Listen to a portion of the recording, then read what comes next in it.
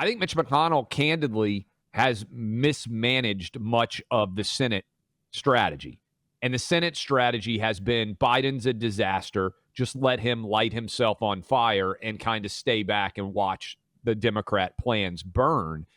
Problem is, they're throwing punches. And a lot of Republicans are standing there getting hit. And those punches are landing. And there's not a lot of punches coming back the other way, despite the fact you're not going up against a heavyweight champ. In fact, you're taking punches from one of the weakest fighters of all time. Based on his record, Joe Biden has been an unmitigated disaster. But somehow, Republicans have allowed him to start to define the playing field.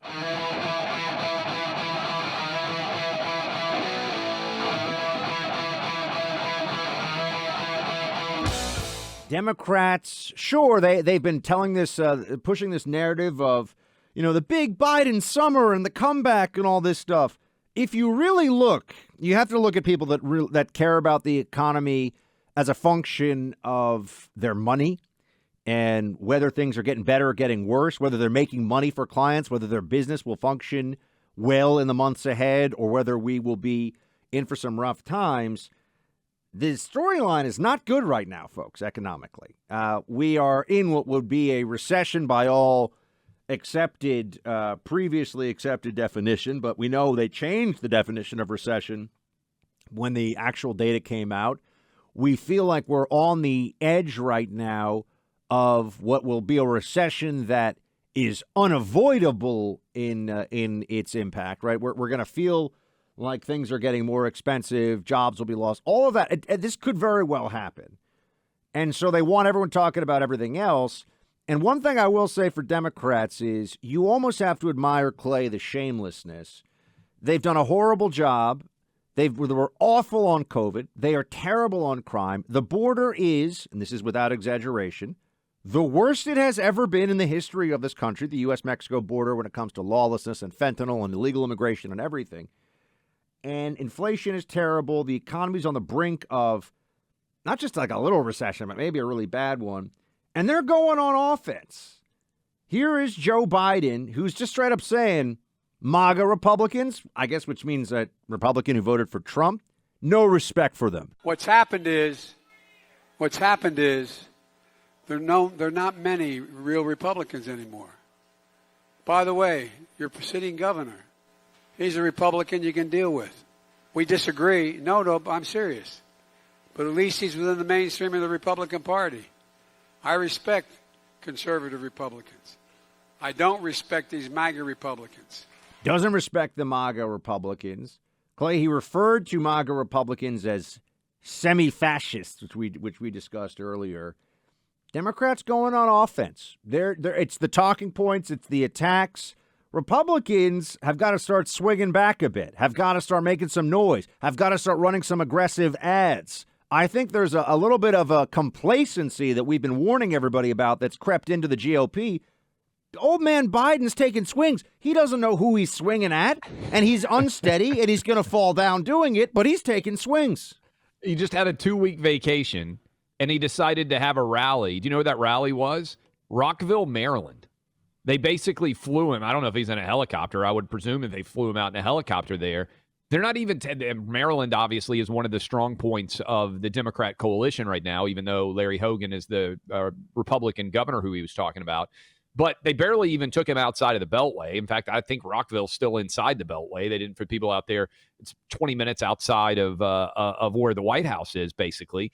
And the swings that he's taking are not just in trying to, again, equate everything to Donald Trump, which, to your point earlier, political calculation-wise, yes, it has rallied Trump supporters, the raid at Mar-a-Lago has. But what has been shown pretty consistently, Buck, is Trump supporters show up to support Donald Trump. They don't necessarily show up in 2018. They don't necessarily show up in the special elections in Georgia. And it remains to be seen whether they'll show up in aggressive numbers in 2022. And the reason why I bring that up is Biden is, you're 100% right on offense.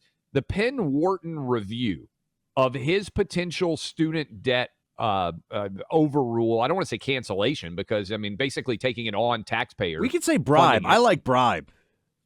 Bribe is good. bribe's a good word. It may cost $1 trillion. $1 trillion.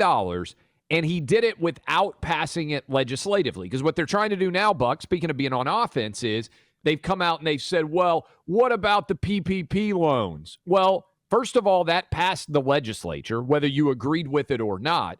Secondly, the reason why PPP loans existed was because the federal government and many state governments were mandating that you couldn't run your business, and they wanted to try to keep everybody on payroll as opposed to the unemployment rate skyrocketing even higher than it did. Is anyone really in public life, pundits, news people, are they really so stupid that they don't know the difference between the situation of PPP and the student debt, bribe issue? Because this would be like saying if the government tells you you're not allowed to leave your home for food, why does the government have to bring food to you?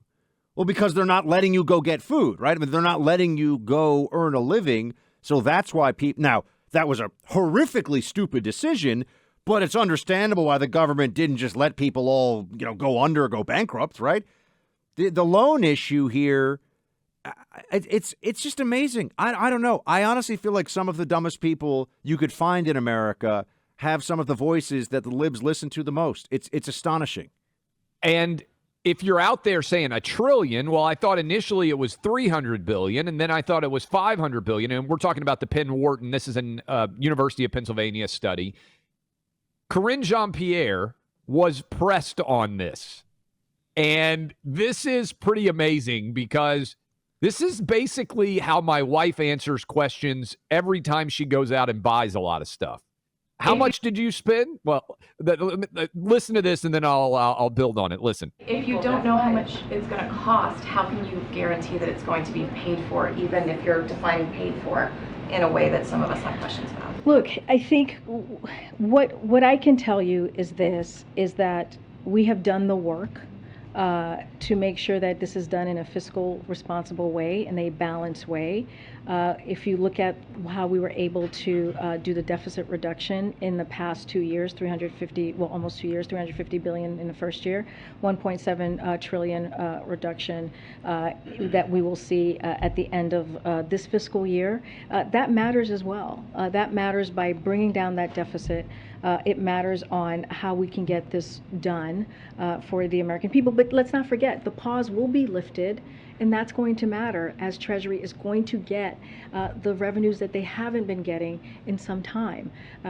Again, we will, Susan Rice is the domestic policy advisor. I'm just going to reiterate what she said, and we'll actually know more once people take us up on it and get a sense if they will. But we know we do have what we do know, right? Which is what I just listed about the deficit reduction, which is important. This matters in this case. If you don't know how much it cost, how do you know it's paid for? That was the question that I think Jackie Heinrich was pressing KGP on there. And you may not have heard that opening question, but let me just reiterate again. She asked a very simple question. If you don't know how much it costs, how do you know that it's paid for? And it reminds me of a lot of conversations when my wife comes back shopping, all these bags and everything. How much did this? Well, I saved you a lot of money. It was on sale. What was the total cost? Don't worry, it's all paid for.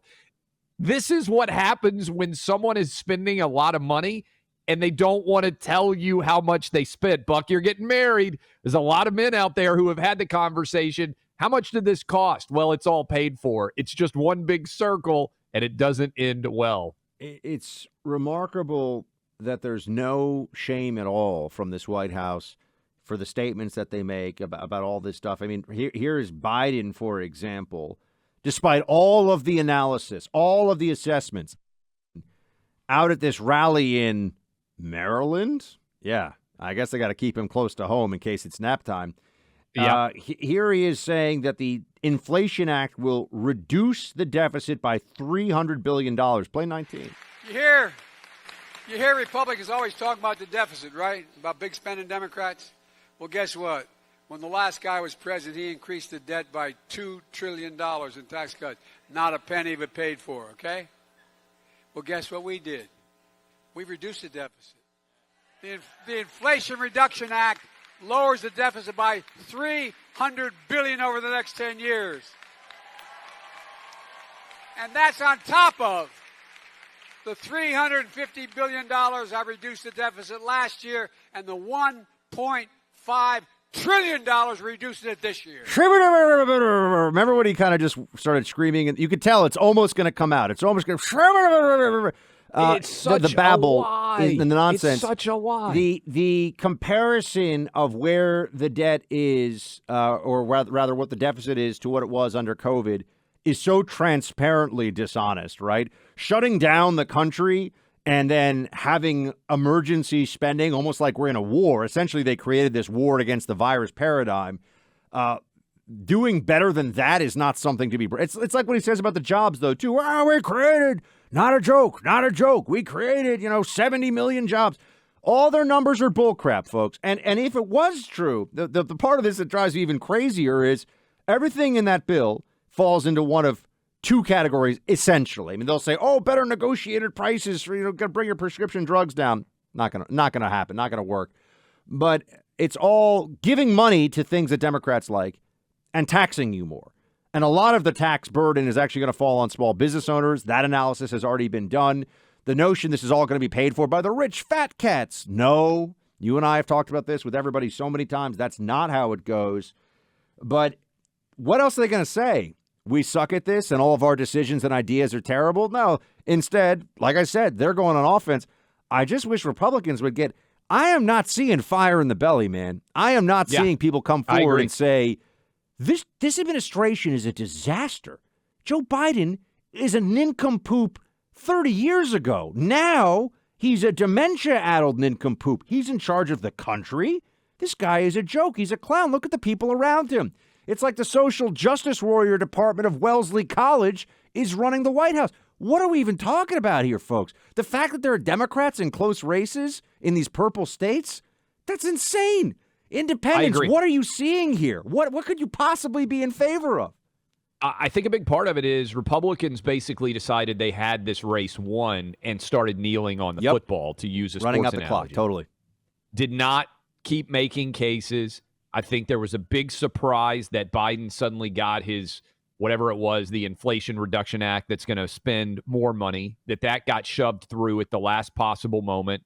And I think Mitch McConnell, candidly, has mismanaged much of the Senate strategy. And the Senate strategy has been Biden's a disaster. Just let him light himself on fire and kind of stay back and watch the Democrat plans burn. Problem is, they're throwing punches. And a lot of Republicans are standing there getting hit. And those punches are landing. And there's not a lot of punches coming back the other way, despite the fact you're not going up against a heavyweight champ. In fact, you're taking punches from one of the weakest fighters of all time. Based on his record, Joe Biden has been an unmitigated disaster. But somehow, Republicans have allowed him to start to define the playing field. And I mean, he just spent $1 trillion potentially with the stroke of a pen. He doesn't have the constitutional authority to do it. And that adds on to your point, Buck, the border, the massive increase in murders, the fact that we're dealing with the highest inflation in 40 years, and that he just keeps throwing more fuel on the inflation fire. And yet Republicans can't seem to get out of their own way.